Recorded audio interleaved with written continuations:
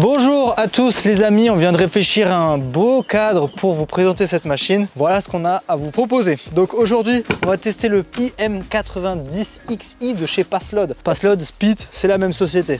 Donc c'est un cloueur à gaz qui est principalement utilisé en gros dans tout ce qui est couverture, charpente et bref, ça permet de mettre des clous. Pour vous illustrer, donc ça permet par exemple d'enfoncer ce genre de clous. Donc autant vous dire que ça ne rigole pas. Alors dans la boîte déjà ce qui est fourni évidemment c'est une paire de lunettes de très bonne qualité honnêtement. Bien translucide, important forcément parce que ça peut faire des éclats. Et tu as un chargeur. Pourquoi? Tout simplement parce que dans cette machine qui fonctionne au gaz, il y a aussi une batterie qu'on retrouve juste ici à l'arrière, qui a une très bonne autonomie et qu'elle a en fait juste pour le déclencheur et pour gérer la ventilation et l'afficheur digital. Bref, je vous montrerai ça après. Dans la boîte, t'as rien d'autre à part le mode d'emploi. Maintenant, ce qu'on vous propose, c'est juste de vous faire un petit tour du propriétaire de cette machine pour vous montrer plus ou moins comment on l'a fait. Ensuite, on fait un petit test. Sachez en tout cas que c'est une machine de professionnel. C'est exactement le même prix à 50-100 euros près que le Speed. Donc ça vaut environ 1000 euros. En fonction de là où vous allez acheter, c'est environ 1000 euros. Nous, on l'a utilisé pour toute la couverture de notre maison, le lambris et surtout pour les lattes à toit. Alors, donc je vous le disais déjà à gaz. Évidemment, la cartouche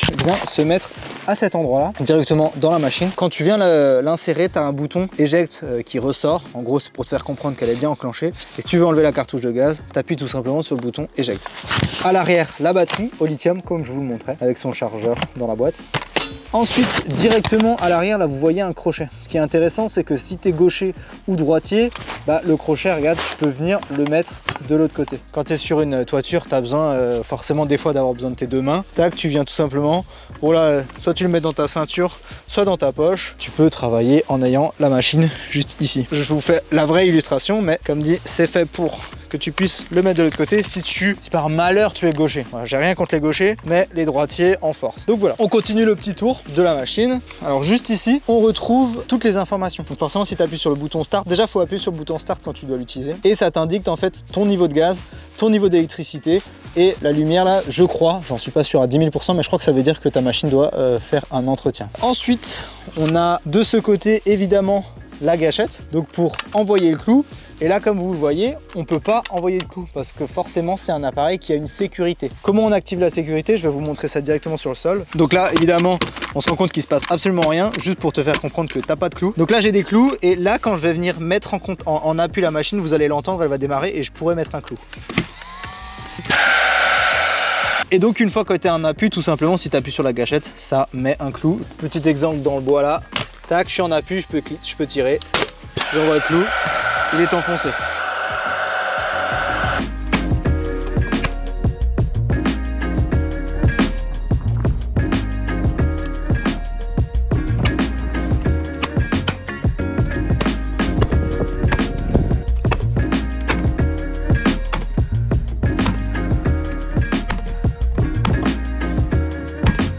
Il y a encore quelques petits trucs à vous montrer qui sont intéressants. Déjà, sur le devant de la machine, tu as un réglage. Vous voyez cette petite molette là, orange. En fait, tu viens la tourner vers la gauche ou vers la droite pour soit moins rentrer ton clou, soit plus rentrer. Grosso merdo, c'est à quel point ton clou va être enfoncé. Et ensuite, il reste encore deux infos par rapport au chargeur, donc au rechargement. On s'est rendu compte d'un truc qui est très intéressant sur cette machine. Je vais vous le montrer.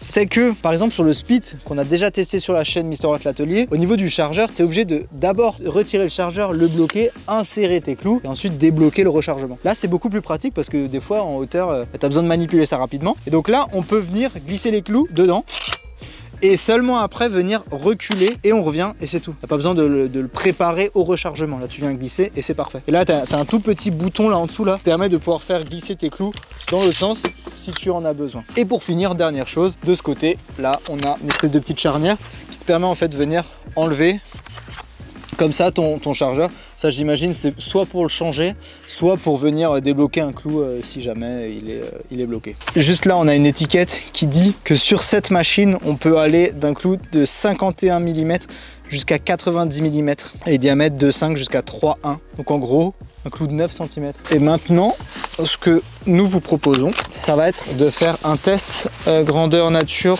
Donc là, on est en train de mettre des clous de 7 cm. Donc là, je mets mes clous rechargés, très bien. Ça, c'est un 4-6.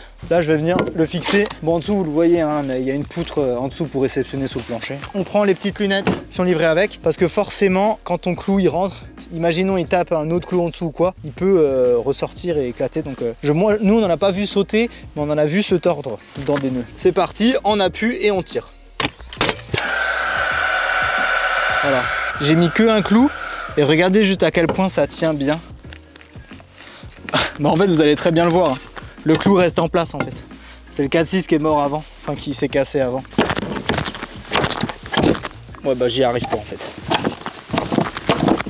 Bon, vous avez compris, c'est de la très bonne cam. Et d'ailleurs, les vis, elles sont cannelées, je sais pas si on peut le dire comme ça, mais ce qui fait qu'en fait, elles restent encore mieux bloquées dans le bois. Un dernier truc avant qu'on se quitte, c'est juste la cadence à laquelle on peut envoyer des clous. Ça, vous allez vous rendre compte qu'on peut aller très vite. Il n'y a pas de mode rafale, tu peux pas rester appuyé et tac, tac, tac. Il faut à chaque fois cliquer, mais regardez la vitesse.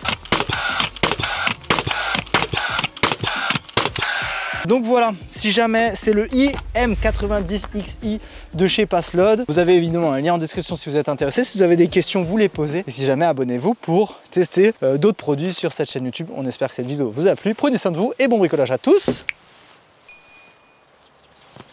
Ciao. Pas mal. Pas mal.